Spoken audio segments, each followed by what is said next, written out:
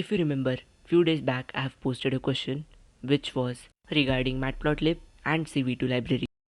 If you haven't gone through the question, then you can surely see that shorts video through the link in the description box. So let's have a look at the solution. So here you can see I have taken an image of three colors: red, green and blue. Also I have a look that I have written the name of that particular color below. So now I am going to read this image with the CV2 library, and the function I am going to use is imread. This will convert the image into the array form and store it in the variable img_cv2. Now if I want to see the image again from this particular array, so I can use this cv2_imshow, and inside that I am going to pass the variable in which I have stored the array form of the image. So you can see that the image is perfectly fine.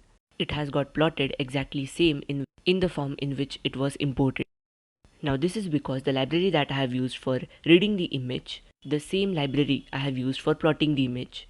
Note one thing, that CV2 uses BGR format, which means it gives highest priority to blue color and the lowest priority to the red color.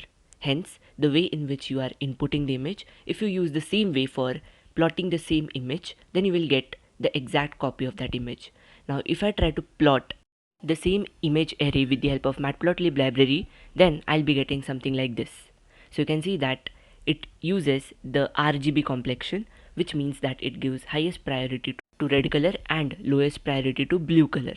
So wherever you find red color, it will replace it with blue color and vice versa.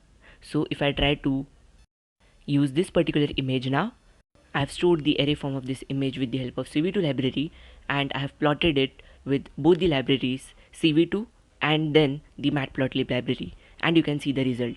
Wherever there is blue color in Matplotlib plot, it has got replaced with red color, and red color with blue color. Like, share and subscribe.